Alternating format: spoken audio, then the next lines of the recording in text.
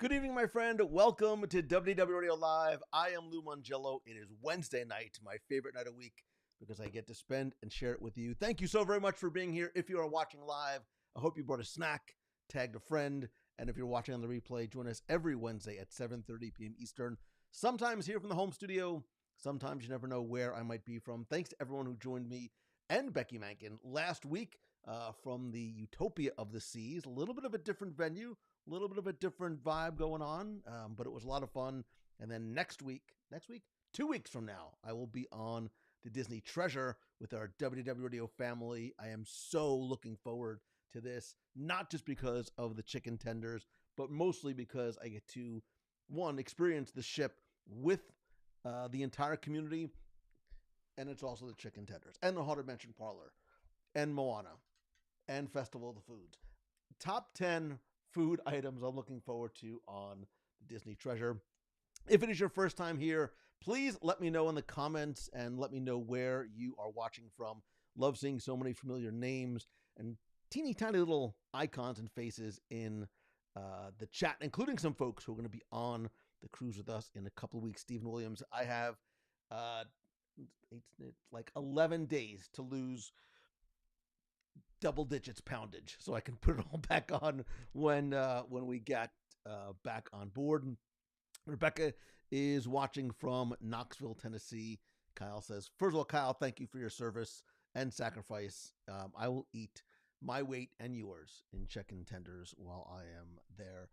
Drew Pike, nice to see you.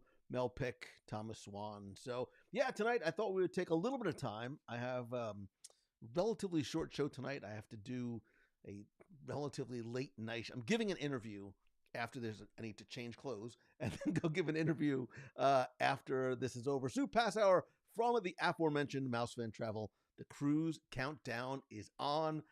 Jim Orhosky, long time member, contributor to the clubhouse and the family.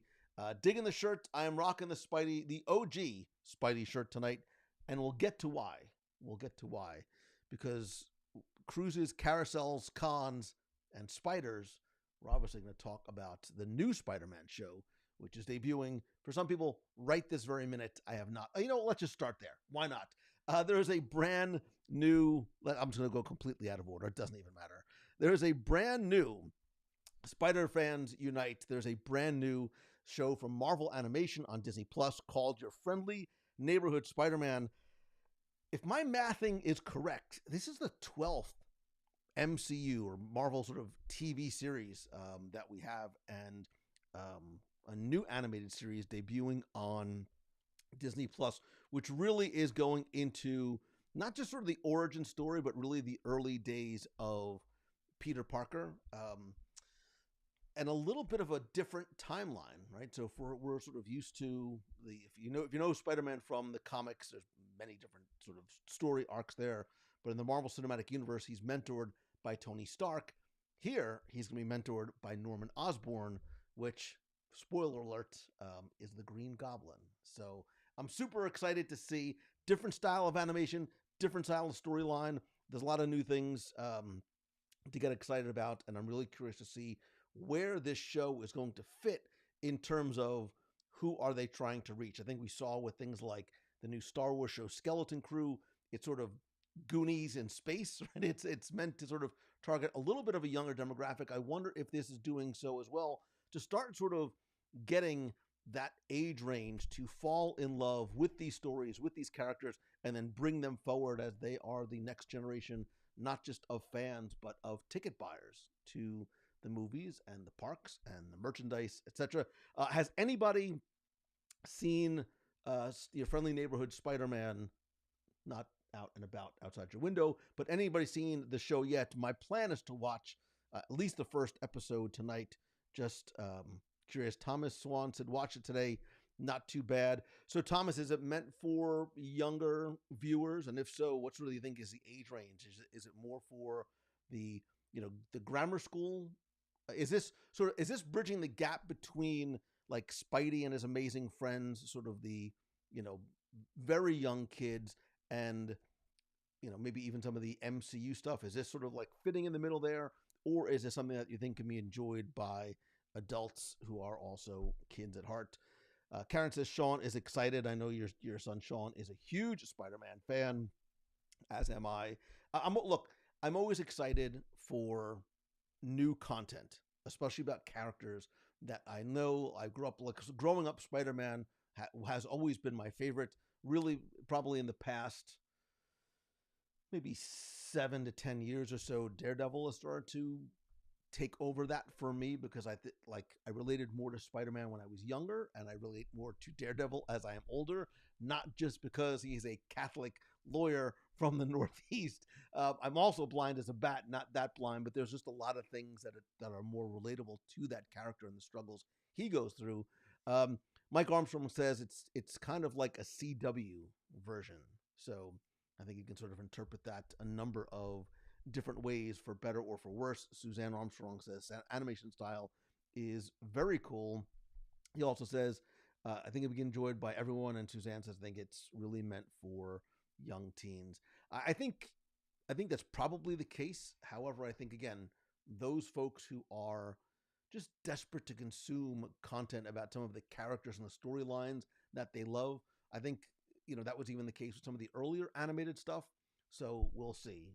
But for me, this is sort of the stopgap as I continue to count down to Daredevil Born Again, which I believe May 4th is going to be the debut. We had an amazing call last night with members of the WDW Radio Nation. If you were there last night, thank you. If you weren't there and are a member of the Nation, thank you, thank you, thank you. None of this happens without you. I appreciate you. And every month we do a live, we do a live Zoom call together, and really just had some interesting discussions last night. And we were talking a lot about Daredevil Born Again.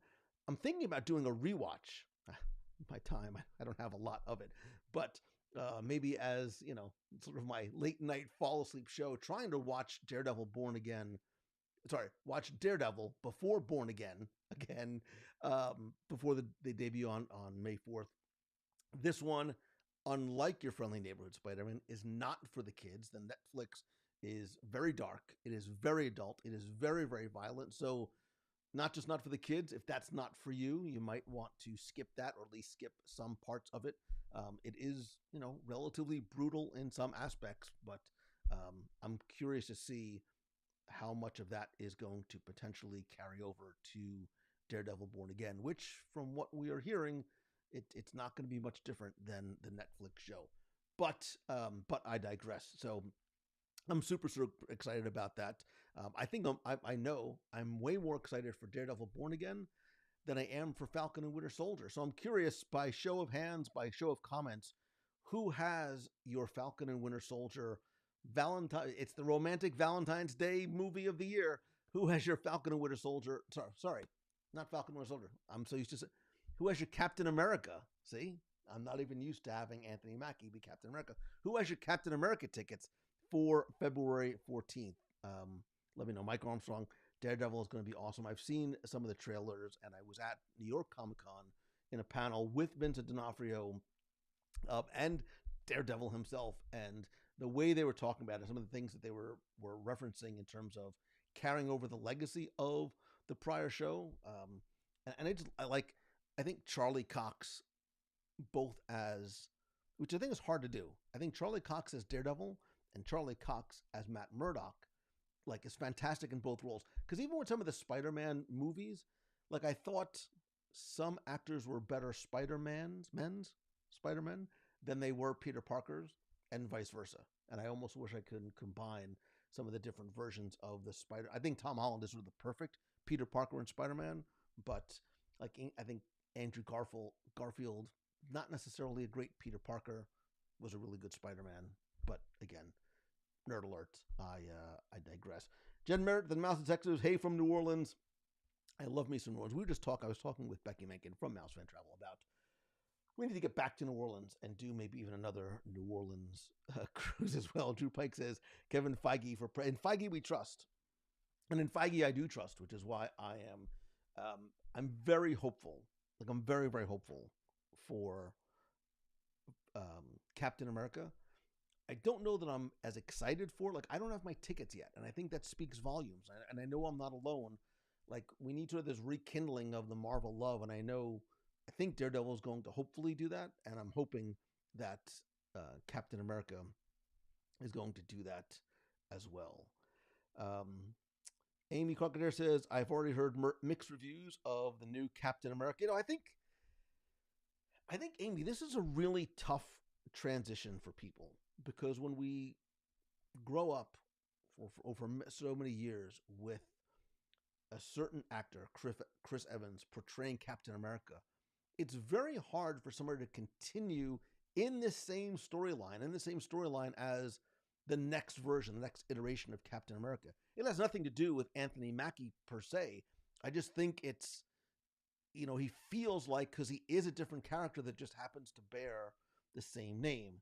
So we will have to see. Um, I'm concerned that I'm not excited enough to have my ticket yet, but I'm definitely going to see it in the theater because I think there's something about seeing the Marvel movies on the big screen. I know Beatrice is excited to see the Red Hulk. Kira says, "I'm really excited for both. Can't wait to see Indy turn into Red Hulk." Tracy Cherry says, "Who was in the room with me? Nobody. This is what I do because I'm a lunatic, and I look to the non-existent audience that is it over there, as if I had like a I was going to make an old Johnny Carson reference, but as if I sort of had someone there to sort of feed off of on the side." Darren says, "I just started watching Daredevil on Disney Plus. I'm loving it. It is what's coming in March, a continuation. No spoilers, Darren. So I'm going to start a rewatch. How far along are you?" It is going to be a continuation. So it basically is going to be a fourth season. We've already seen Kingpin show up in some of the other shows on Disney Plus, like Echo. We've also seen Daredevil show up in not just Echo, but She-Hulk as well. But this is going to be a continuation of that storyline. And I think Born Again is a brilliant title, not just because it references the run of the comic books, but I think this is this character being born again from Netflix to Disney Plus. I think there is a Christian, Catholic, religious sort of connotation to this character being born again because of the way the first series ended and because some of the things that Matt Murdock goes through as, the alter ego of Daredevil. And I think because this series had so many problems in its first iteration, remember, they fired the first writers and directors and reshot a lot of the first season. The first 4 episodes originally were not even going to have Matt Murdock in the Daredevil costume. And somebody on high, I'm assuming it comes from Feige, was like, no. The name of the show is Daredevil. Like, you are not going to make people wait 4 episodes. So what we've seen from the trailers, what we've seen from some of the artwork and seeing Charlie Cox and Vincent D'Onofrio, I think this is going to be you'll even see, if you've watched any of the trailers, you'll see how it connects to things that happen, especially in season 3. Season 1, they're all amazing, but season 3 is it's a fascinating watch. So watch and watch quickly. So a lot of people want to see Captain America simply because of Harrison Ford. I'm sort of with you too. I'm sort of with you as well. Anthony Mackie's fine. He's just not. He's not the Captain America. He's not Steve Rogers, right? He's just not Steve Rogers. So we'll see. It'll be fascinating to see what the fan reaction is, because I think Marvel fans, let's call it what it is, I think Marvel fans are tired of being disappointed when they leave the movie theaters. What do I mean by that? Eternals, the Marvels, there's been this sort of run post Endgame of just okay movies, and that's not the standard that Marvel Studios has set. We need one of those movies that's going to make us come out, as I've done in the past, and go, I need to buy tickets for tomorrow night. I need to go and see this again and again and again. I think my son saw Endgame in the theaters 9 times. He's not 9 times, 8 times. I think I saw it 5 in the theaters. I want to take my money. Like, I want to feel that way again. So Mike says, I'm more excited for Thunderbolts and Fantastic Four. Again, I'm cautiously optimistic because we're in this season of Marvel where the chat we're moving on to a new chapter, and by new chapter we have to prepare ourselves for like saying goodbye to the characters that we've known for so many years. You know, the Thunderbolts and Captain America and Fantastic. These are all leading up to not a return to the characters we've known in the past, but the introduction of a lot of new characters. We're going to see, you know, alliances and battles, and sometimes very epic, very large, very, very large scale battles is what they are eventually working their way up to. But it's going to make us have to fall in love all over again, right? Our last, you know, we have to put our ex behind us and be open to falling in love with some new characters all over again. So I'm very curious to see. Hannah says, hoping to see the new Captain America on Premiere 8 while on board the Treasure. I think they're going to show it. I don't know. I don't know if they are or not. If they do, that's how I plan on spending my Valentine's Day on the Disney Treasure. So, can I take chicken ten? This is a legit question. Can I go and get a plate of chicky tenders and bring them into the theater on board the Disney Treasure? There's only one way to find out. Sir, I'm sorry. That Ziploc bag of chicken tenders is going to have to stay outside. No outside food in the theater. Mixie Mokeef. Wow, long time no see. Watch all the Daredevil 3 seasons, then watch Defenders. Also helps to watch Luke Cage and Jessica Jones and Iron Fist. So, I agree about watching all seasons of the Daredevils. I think Jessica Jones is a worthwhile watch. It's a very slow burn.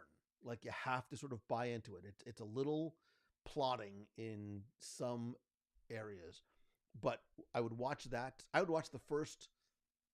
You have to watch all of Luke Cage, but I mean, I think the first 6 episodes of Luke Cage are fantastic, and I really, really like him as an actor. Iron Fist, not good, just not good. That's it. He's not a good actor. The character was not well written. There's not, but that being said, I would go and I'd watch the Defenders and I'd watch the Punisher. I think it's more important to watch Punisher than it is to watch Iron Fist.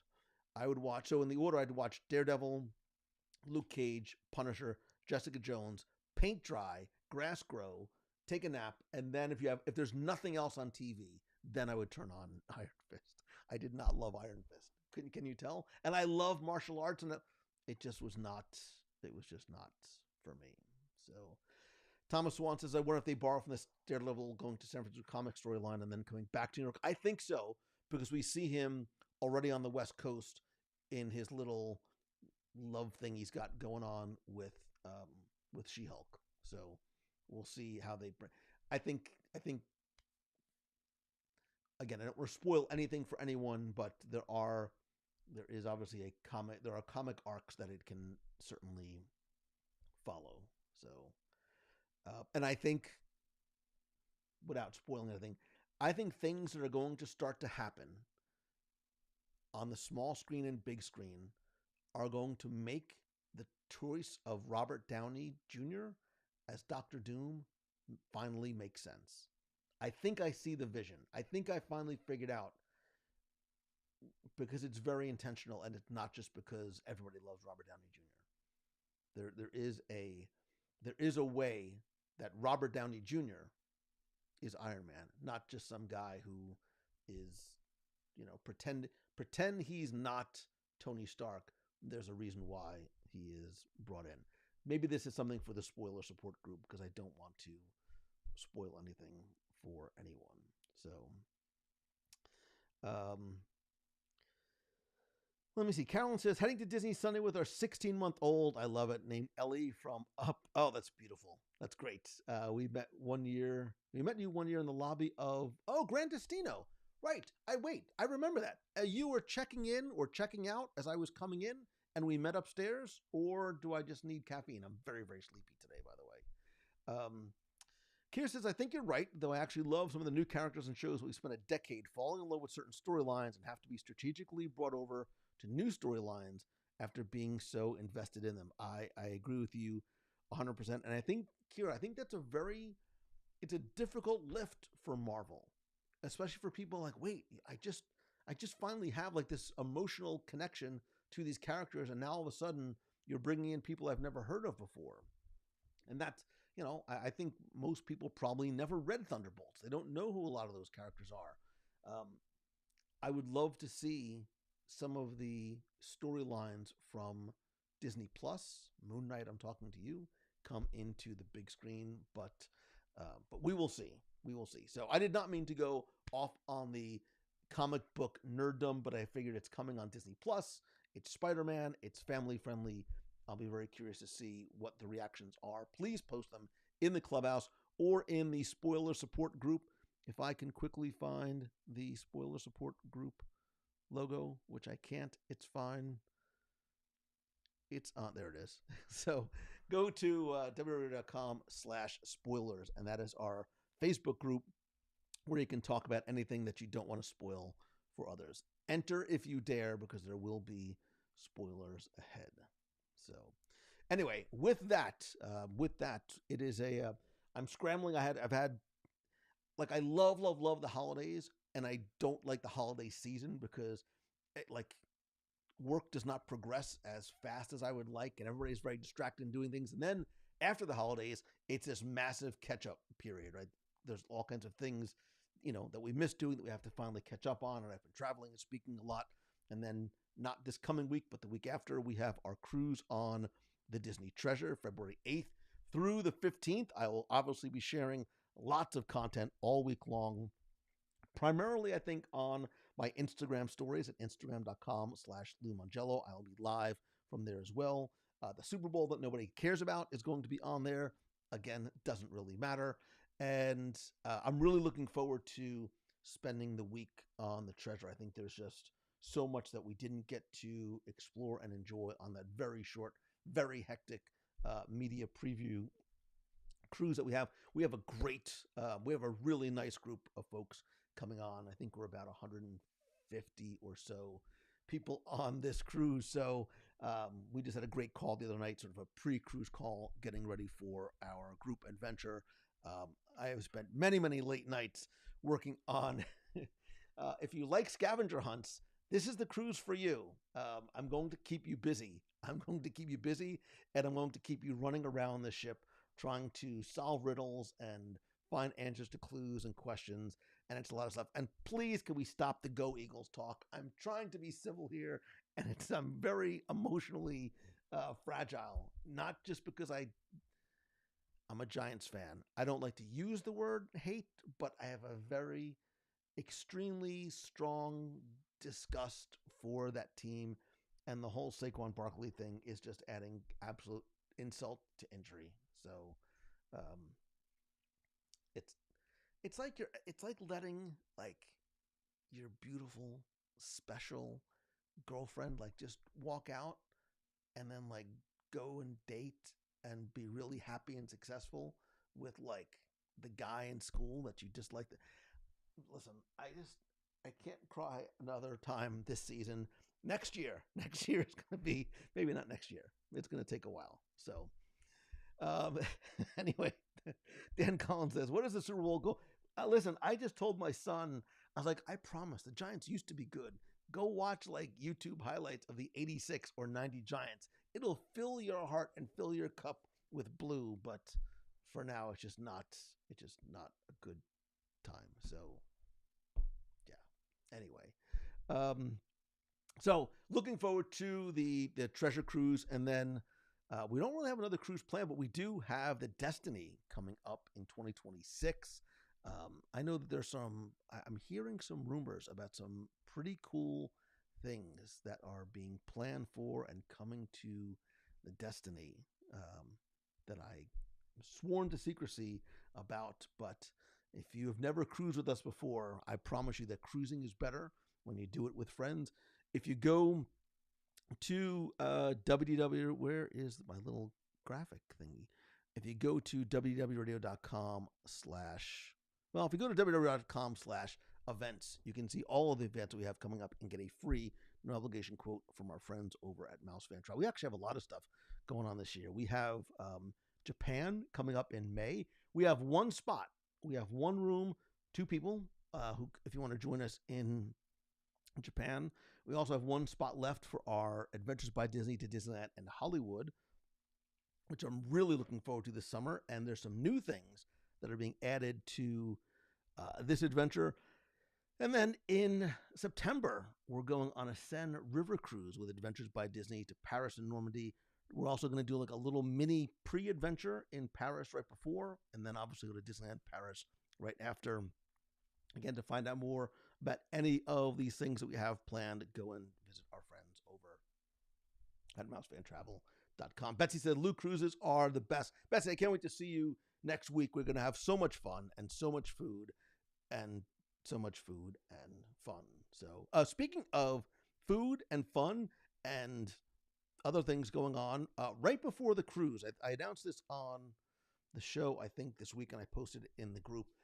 If you're in the Orlando area, whether you're coming for the cruise or just if you are a comic and anime and superhero and Marvel fan, I'm going to be back again hosting a panel at this year's MegaCon Orlando with one Becky Menken from Mouse Fan Travel and one Nicholas Mangello from my house. We're going to be talking about Marvel at Disney, about bringing the comic universe to life in the Disney parks and at sea, really sort of how we can live our own Marvel adventures. And then I am incredibly honored and grateful and excited we were planning on going anyway. Becky and I were going to go anyway on a research trip, but I was invited to host a panel at Star Wars Celebration in Japan this April. I don't have the exact date yet. It's between the April 18th and the 20th. We're going to be talking about living your Star Wars story in the Disney parks, Galaxy's Edge, Star Tours, the Galactic Star Cruisers. Again, how these allow you to live this 3-dimensional, personal, interactive story and bring your own Star Wars story to life. I don't know if anybody's going to be at MegaCon or if you're going to be in Star Wars Celebration, please reach out and let me know that you're going to be there. Would love to see you guys at either or both of those. And again, you can just check out the events page at WDW Radio.com for more information about either of those. Speaking of the podcast this week, we were answering some of your listener emails. Some really great, some super insightful and thought-provoking questions. And one of the ones that Becky and I were enjoying chatting about and we talked about last night with the nation that I wanted to bring up with you was the question about Carousel of Progress.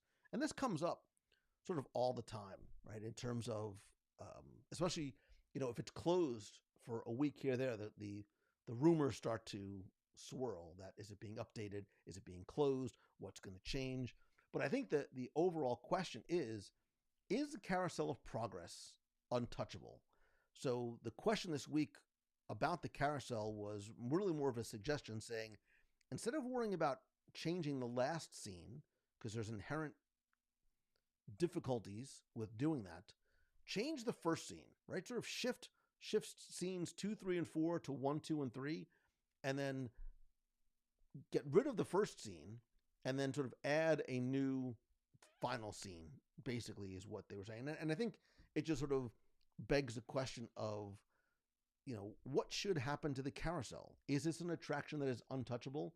Is it impossible to update it? Because you're always going to run into, you can't predict the future well enough or far enough out that it doesn't become dated like the 1980 scene is now. Keeping in mind that the 1980 scene is 40 years old. Like, it's still in my mind, the 1980s were like 5 years ago, but I know I'm living in some sort of fantasy land time warp.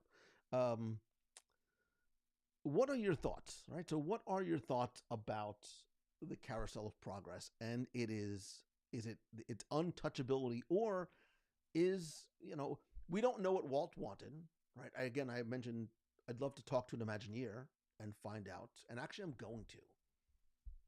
Breaking news. I'm going to talk to somebody next week who I think is going to be able to, on or off the record, offer me some insight and maybe some answers to this question.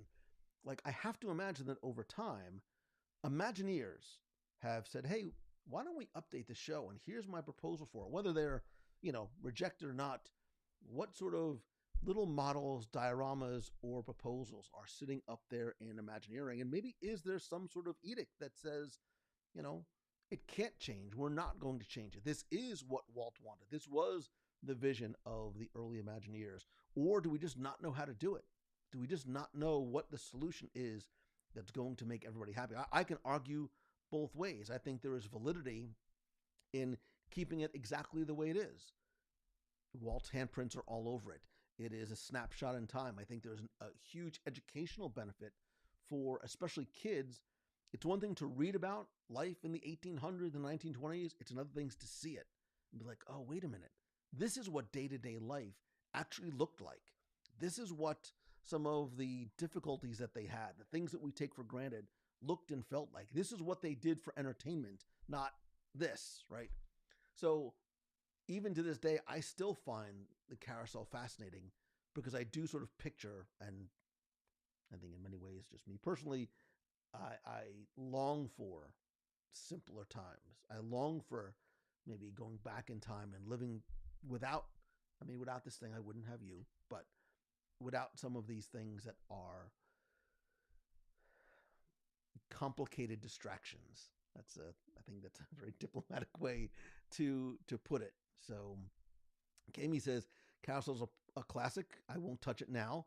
But then on the other side, does it get stale? Does an attraction that does not get updated get stale? Because it's the exact same show. It's the exact same scenes.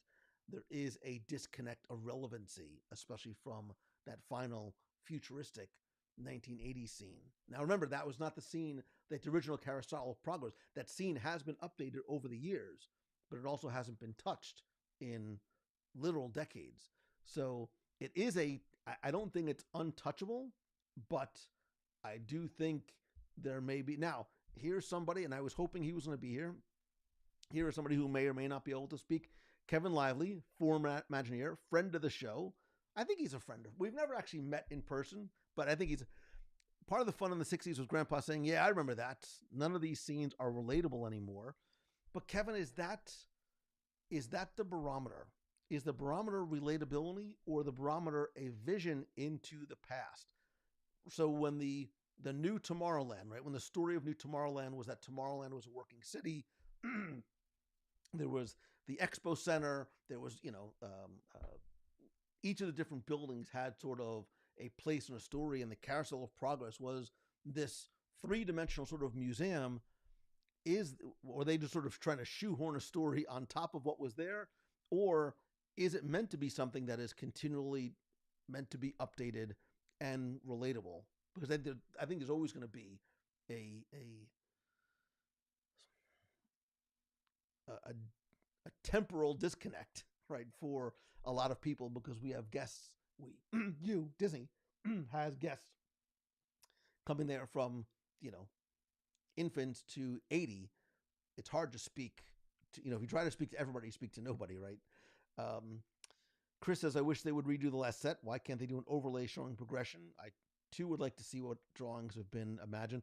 I think the problem, Chris, is that if you shut the attraction down now and you put in what we think the future in the next 5-10 years is going to be, by the time the attraction opens up again, those futuristic things are probably already in our hands, right? That futuristic, headset VR video game we've had for years. So how do you do it without the time and expense of having to constantly update those final scenes, which doesn't happen quickly and does not happen inexpensively?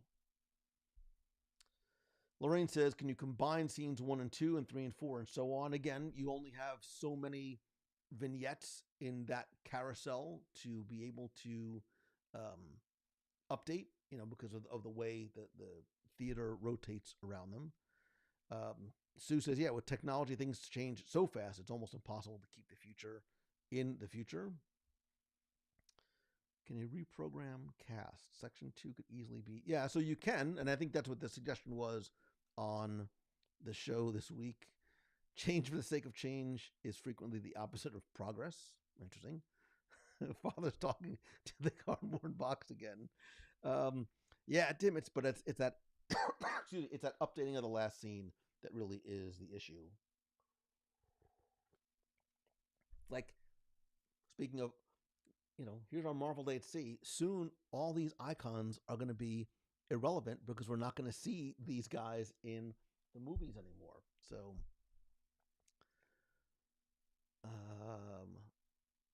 like I said, I can argue both ways. Would love to see it expanded with possible future. So again, and how far out do we try and envision? Do we try and envision what the real future is going to be, or is it this fantastical, movie version of what the future is, which over time, we're other than the spaceships, we have a lot of sort of Star Trek technology right now. I've got my communicator, your um, your health app, and your Apple Watch is like your little medical tricorder. Like, so I think it's part of the difficulty of the problem without it looking silly. Like, well, that's not the future because we're doing those things right now. It's in the name Carousel of Progress, so I think it's a nod. But again, I'm playing devil's. Is the Carousel of Progress a visual representation of the progress we have made as opposed to the progress yet to come? Is it less about predicting the future than showing us just how far, which is what I think GE wanted. GE is like, look, we've been part of your lives. This was built on GE money, right? We've been part of your lives going all the way back to your parents and your parents' parents. And we have progressed along with you. We've made your life, look, it's an advertisement for General Electric. We have made your lives better. Now is the time. Now is the best time. There's a great, big, beautiful tomorrow. And GE is always going to be, they thought they were always going to be in your kitchen and part of your life. So, our interpretation of the word and is it the progress we have made, or is it the progress that is yet to come? Again, I think it has its place, maybe its feet in both, but that visualizing the future, I think, is very, very very, very difficult. Nostalgia is good. Jonathan Embry says, move to the same as Paris, make the Tomorrowland a steampunk area, and they can up. But again, what does Carousel of Progress then become? Right? You can't remove it. And this is the other thing too. We have this conversation all the time, right? You want to make Disney fans lose their marbles, tell them you're going to change something. Now tell them you're going to change Walt Disney's Carousel of Progress. And you're changing it to something that Walt may or may not have wanted because we just don't know. Kevin, you can tell me better than this. I'm pretty sure Walt did not leave his 50-year plan for what he wanted to have happen in the Carousel of Progress. So there are those folks, the sentimental, nostalgic people that want to respect Walt's vision and idea and don't want it to become something that maybe was not his. There's no, again, you're not going to please everybody, no matter what it is that you doing this, no matter what you do it. So half of WDI chomps at the bit to refresh it. The other half is like, close it, move on. And I think, and I get it. And I understand that, that difficult butting of ideas up against each other, because it is a big footprint, right? And Tomorrowland has obviously a finite amount of space in it. I'm sure there are concepts that have been proposed for that space as a potential replacement, which one could argue be like, hey, this attraction is going to bring new guests, more revenue into the park. That Carousel of Progress is not doing it. To use the metaphorical, dad in Iowa with the 2.5 kids is not going, hey, you know what, kids? We haven't been to Carousel of Progress in a while. Everybody hop in the family truckster. Let's go down to Disney for a week. But you tell them that you're building, not to start another conversation, tell them that you're building a huge Cars-themed attraction or a Villains Land. All of a sudden, dad, mom, and the 2.5 kids and little Rover want to go to Disney World when maybe they hadn't in a long time. This is the problem with every new piece of technology. This is my Mike Beckerman impression. It's old the second you drive it off the lot. You're telling me, brother. Um, Spaceship Earth has kept the classic but subtlety of a recent update. Um, Let me say, you no longer have Gene Shepard to narrate a new scene. The issue is money. For those who don't know, Kevin Lively is a brilliant former Imagineer. Go follow him over on Instagram, by the way, and go check out his new Imagine What subscription box for your kids, for yourself, for somebody else's kids. They are amazing, and Kevin is just a brilliant, really good guy. I'm not just saying it because he's here, but now I'm saying it because he's here. The issue is money, and how does Refresh help convince that family from the Midwest to finally, that's it. I get it. Investing money into Carousel of Progress, there's no ROI. There's no gift shop at the end of Carousel of Progress going, I need to get new merch because of the new updated scene. So again, we have to look at, and this is where I think emotion, sentiment, nostalgia get in the way of logic. We have to look at running the business as a business. As if we were Disney, we as business owners would not invest in something that would not have a return on that investment. It is what it is. It's why Tom Sawyer Island is closing for cars. Because if you had a section of your restaurant that nobody was really going to, was closed at night, sold no merchandise, sold no food, you probably would close that too if you could put something there that's going to attract a whole new group of visitors. So I do understand it. Kendall Foreman, the brilliant, by the way, Kendall Foreman, who she doesn't know this yet, but is going to be back on the show very, very soon because I love doing shows with Kendall. I still say change it to 1900, 1950, 2000, and 2050. Keep some of the old sets and add some new. All right, so Kendall, you are now in charge of Imagineering. I'm giving you a relatively unlimited budget. What do you put in 2050? The difficulty is, what does that 2050 scene look like that's not going, look, it used to be, and I forget the name of the law, where technology used to double at a rate of, it would double every 7 years. That number has shrunk. Technology, in terms of the advancement of technology, is doubling, tripling at a much, much faster rate. Like, look at some of the things, even look at some of the things announced at CEX this year. Like, it is remarkable where we have come in such a very, very short period of time. How can we, 2050 is only 25 years from now. How can we possibly predict what is that going to look like without it being completely unfathomable? All right. Are we going to talk about having, teleporters and living on Mars? We did that, right? We've had that kind of stuff in the past. Just do a Mars Needs Moms overlay. Just make everybody happy and do a Mars Needs Moms overlay. Sean says the Carousel of Progress needs to either a huge reboot or it needs to be replaced, and I think that's part of what it is. Zach says, I think it should be restored back to the 1960s last scene, the only way to avoid the future problem. I get that, right? Which is sort of what it is now, right? Because it's that last scene is an 80s scene. It is relatively, again, we're looking at this now as solely a museum. It is a carousel of past progress and not looking towards the future. You have to sort of plant that flag and then own it and be like, okay, well, now this is it. This is what the carousel is going to look like, because, or say, well, every 30 years we're going to refresh, sort of just move it up and refresh the last. I don't know that there's no easy answer to this at all. As a time capsule of 20th century innovation, the Carousel of Progress is just right. Andrew Chan says, yes, the greatest Disney attraction of all time. My parents and I really think about the last scene, but we've always run into a roadblock. But we love the last scene right now, plus part of World's Fair.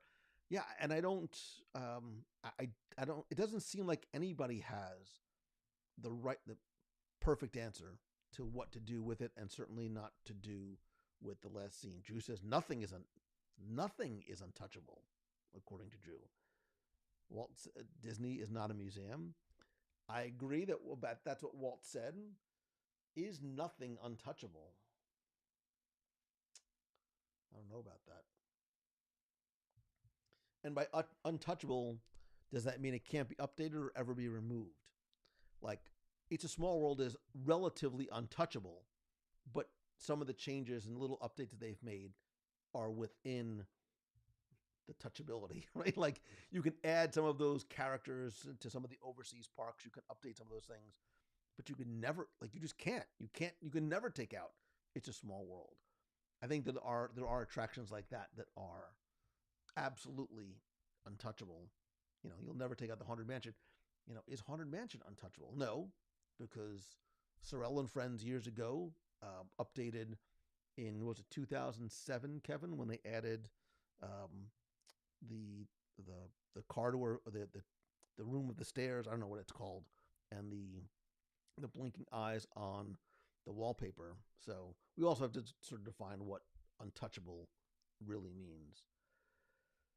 Yeah, so Jeff says the same thing. Look at the last scene as a snapshot of the 90s, whatever time period, and end by saying, what can we dream of for the future? Maybe you can update it with Big Hero 6 or Fantastic Four.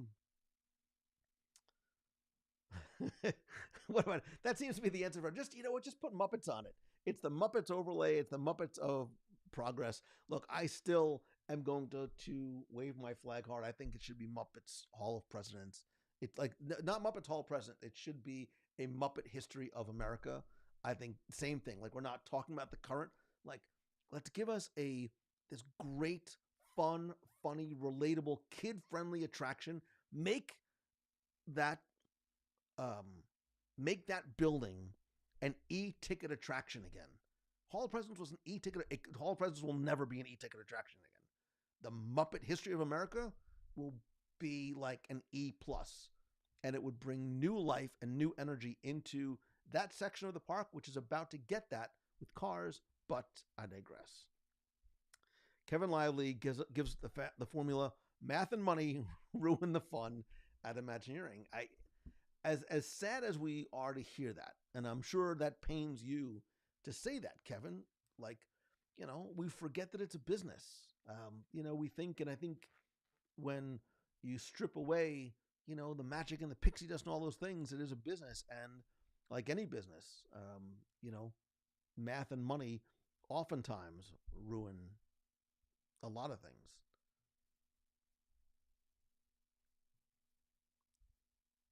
Red card at the end of Magic World of Car. Let's see. Don't make it literal. 2050. Moore's Law. Thank you, Scott DeMeo. Moore's Law. Make the future scene a Jetsons kind of future. Not anything that's feasible as of right now, but we've dreamed about since. So is it that retro modern future? Is it the Jetsons vision of the future? Are we looking at sort of that same type of, again, the same way sort of Jules Verne, H.G. Wells had visions of what the future are? We're going to get there. I mean, eventually we'll get to, not in our lifetime, but we'll get to the flying cars. We already have Rosie. She's a Roomba. Like, we have a lot of the things that the Jetsons had other than the automatic flying cars. But, according to what we see in the current iteration of Spaceship Earth, we're working on it.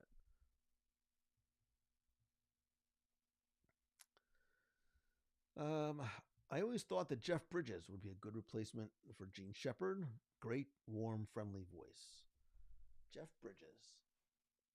Which is hard because now I see him in Dumb and Dumber.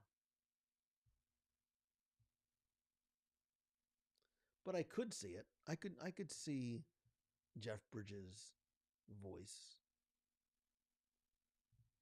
They'll just make an AI voice and like can't even to hire actors anymore. I'm kidding. I'm obviously kidding.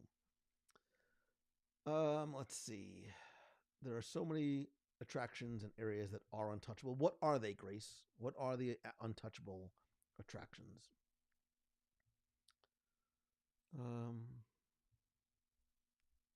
Yeah, Tim Moore, it's been a very, very long time since they've had food at Tom Sawyer Island. Like, not even. It's why when we did our sort of farewell tour, meet of the month at Tom Sawyer Island, I brought Uncrustables because they used to sell the Uncrustable sandwiches there. So that was my little nod to. I didn't sell Uncrustable; I just gave them out. So.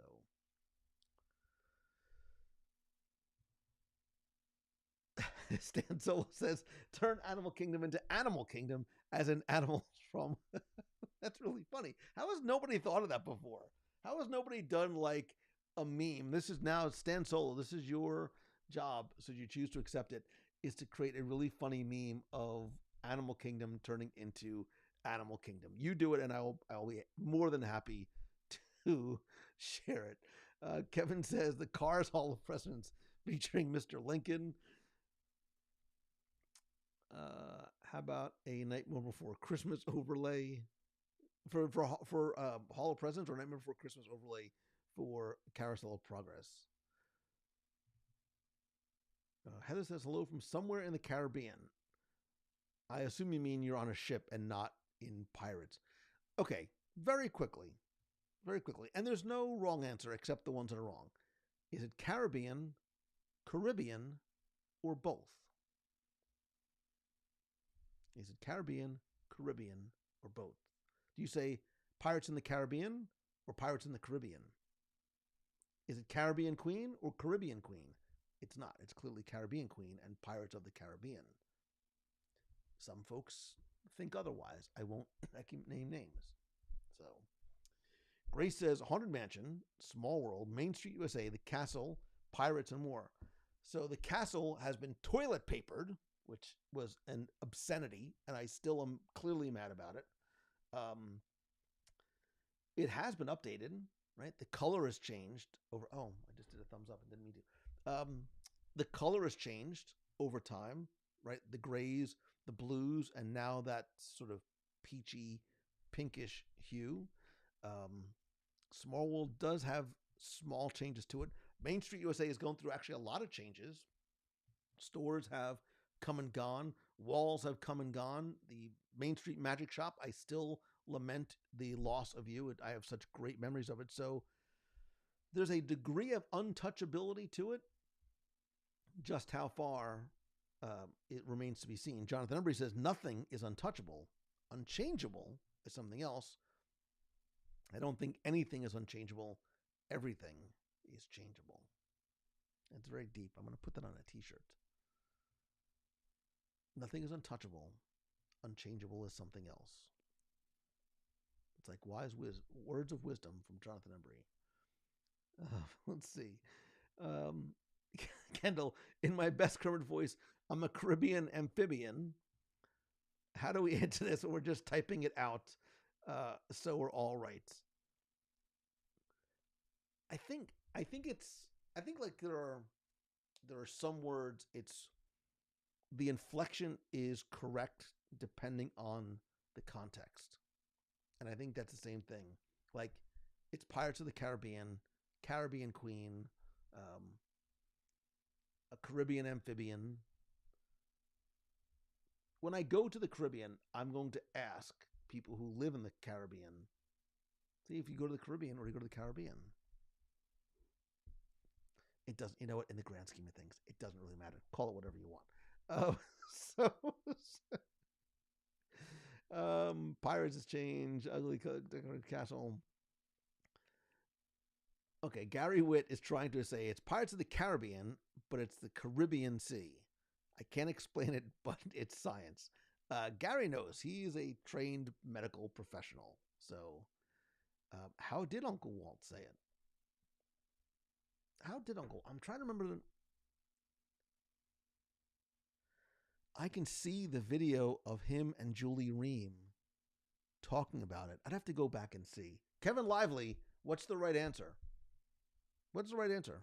Kevin Lively was Imagineer, Jungle Cruise skipper. I will take what he says as, unless I disagree with it.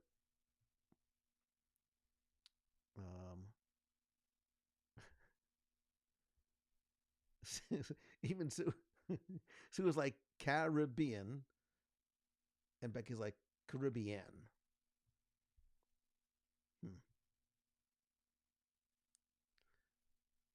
Caribbean Sea, Caribbean Islands. Jeff says, I say it both ways depending on who. Mike Beckerin. Caribbean. What is that? Mike Beckerman's coming up with his own pronunciation interpretation. Mike Beckerman is yelling at his computer or phone right now. Like, no, Mangello, that's not what I'm saying. It's Caribbean. You're saying it's Caribbean. Well, you know what? We're probably all wrong. Every one of us are wrong. But when I go on the ship, I'm going to ask and see what it is that they say. So, all right. So that's all I have this week. So do you guys have any questions, anything that you want to talk about or discuss before I have to start wrapping it up? Before I have a late night interview tonight. I think it's West Coast. I'm not exactly sure. And I probably shouldn't do it in my Spidey t-shirt.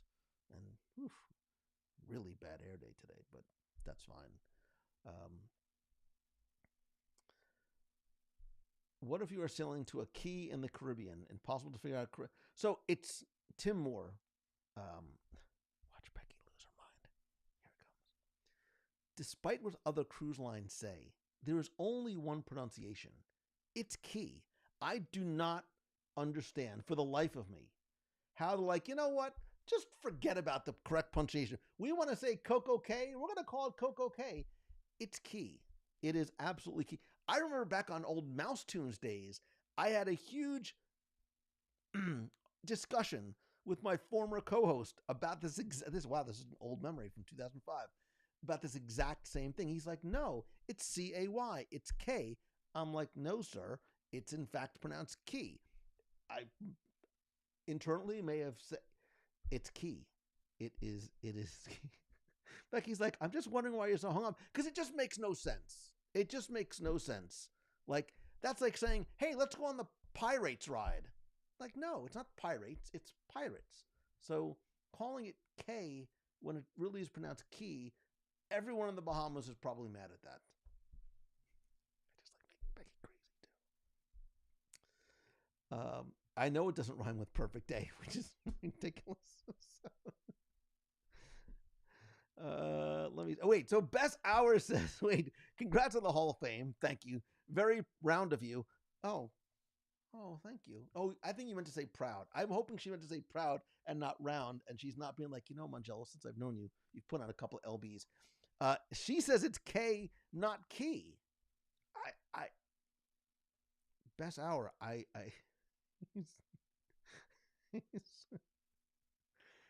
you know what? Again, in the grand scheme of things, it really doesn't matter, but it's just so fun to discuss and debate.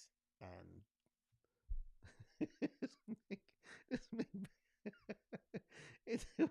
Kira says, wait, it's not Pirates? New restaurant unlocked. Is it Demi Moore? Her name is Demi. It's Demi Moore. Whatever. It doesn't really matter.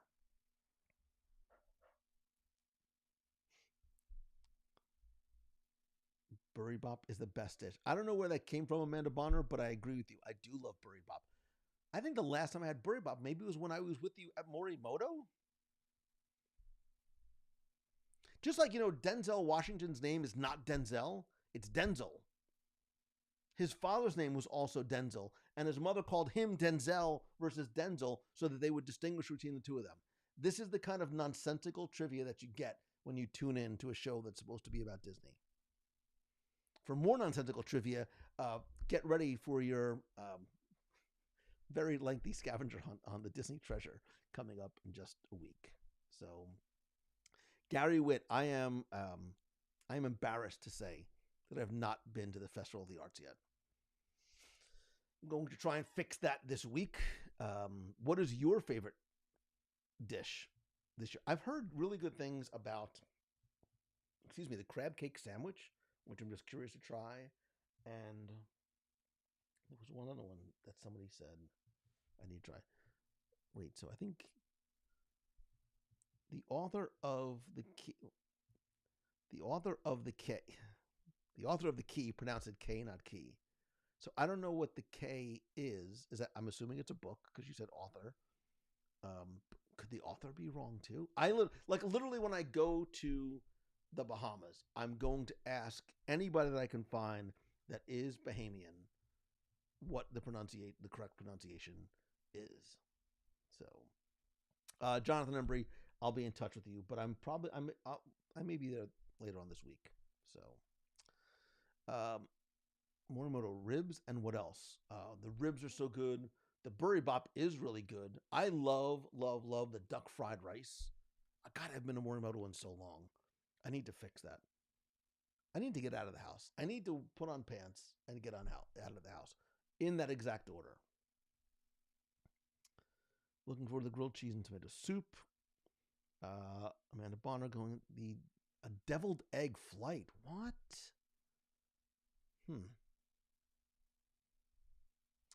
Mike Beckerman says, in the Caribbean, it depends on who you ask, but many pronounce it Caribbean. It's because they're right. Now Becky is quoting her AI overlords. Becky's just going to keep searching the internet until she finds an answer that agrees with her. Becky's like, listen, Gemini, I will deposit $100 if you say that the pronunciation is K. Thank you. I'm still stuck on the deviled egg flight. Why don't they just spell it key if they want us to call it key? Listen, what can I tell you, Stan Solo? This is not my thing. So, for those of you who have been to Festival of the Arts, do me a favor. Go over to the WDW Radio Clubhouse. Put in maybe somebody can start a post and be like, what is your one must try item at this year's festival? Or I can do it as soon as I'm done with the show. I'd like to see what I have to make sure I do not miss. I need to go and do a little walkabout review thing, whatever I call it. I used to do walkabouts and hit every single booth, and the mind is willing, that the body is just not able to anymore. So maybe ask Captain Mickey and see what he does. If I ask Captain Mickey, he'll just be like, give me one of those like Mickey waves and be like, dude, move along. There's kids who want to take pictures with me. The egg flight is served as part of Festival of the Arts in the American Pavilion. Oh, it's so far away. It's all the way at the other end. So, Michael, the sushi donut it's like Instagram food. Like, it looks nice. It's not always the best tasting, although now, oh my God, I missed $5 sushi today at Publix. I did not leave the house at all. So anyway, all right, I have to start getting ready for an interview that I have coming up in just a little while. So with that, I will start to say our fond farewells. Again, if you are going to be at MegaCon next week, Friday, is it next week? I don't know, somewhere around there. Not next week. The week after. No, wow, it's next week. Yikes. Next Friday, oh my God, I have so much to do and so little time. We'll be at MegaCon Friday, February 7th. Let me know ahead of time if you are coming. And again, super excited that we are going to be Becky Mangan back-to-back cons, MegaCon and Star Wars Celebration in Japan. If you want to talk about anything going on in Spidey or anything else, come on over and join our spoiler support group. And maybe, like I said, we're going to do the newly updated WDW Radio merch store at wdwradio.com/merch. There's a lot of new items there. The quality is amazing. Prices are phenomenal, and shipping is super, super fast. Very quickly, before I go, come closer. I want to just remind you of two very quick things. I mentioned on, I believe it was last week's show, that I was launching a new podcast. It's a bit of a lie. I have not one, but two new podcasts. It's more of a little bit of a cheat. I'm going to be releasing the audio tours as a podcast. The first tour came out around 2008. I really want to try and share these with as many people as possible. And I just decided that rather than sell them, I want to give them to you for free. I'll be releasing them periodically, starting probably this week. Please stay tuned to it. Please subscribe. Please download. Leave very kind ratings and reviews, and it will help. And stay tuned, because I really do have a new podcast coming soon. It is not a Disney podcast. It is more on the business, follow your dreams, entrepreneur, creator, solopreneur side. That is also going to be launching very, very soon. So definitely stay tuned. And please, if you can, subscribe, check it out, and leave ratings and reviews. I will let you know when that is coming out.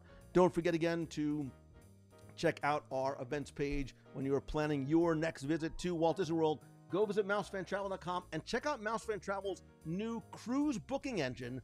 If you like to sort of just do it on your own, go to www.radio.com/mousefancruise. You can check out any or all of the Disney cruise line, all the cruise lines, including Disney. You can get your quote there. You can book it right from there on your. You can also look at prices, see what sort of works for you, and then reach out to your Mousefan Travel advisor if you have any questions or need any additional assistance. It's super cool. It works really, really well. Check out www.com/mousefancruise. And oh, wait, before I forget, one more thing. If anybody is still here, I have 2 seats left for my Momentum Weekend Retreat in Walt Disney World, March 14th through the 16th. It is limited to just 8 people. There are 2 spots left. It is an opportunity to join me and other entrepreneurs and creators in a vacation home. I take care of everything, the room, the food, the snacks, but it is a weekend that I promise is going to be transformative for you. I've not only extended the early bird discount, but because I want to help you and because you're here till the very end, if you reach out to me via email or direct message within the next 24 hours and say that you want to attend the retreat, I will give you a special discount code and I'll give you an additional $100 off. I just thought about this right now, and maybe I shouldn't have done it, but I'm doing it anyway. I will give you an additional $100 off your seat, but you have to do it within 24 hours. It's Wednesday, January 29th at 8:37 p.m. So you have until Thursday at 8:37. If you have any questions about the retreat, please reach out to me and let me know. All right, that is it for me. I love and appreciate you. Please make sure to spread the word, not just about the live show, but certainly about the podcast and the incredible community that you have created. I love you. I appreciate you. There it goes. See if I can do those. I want to get the fireworks, everything all at once.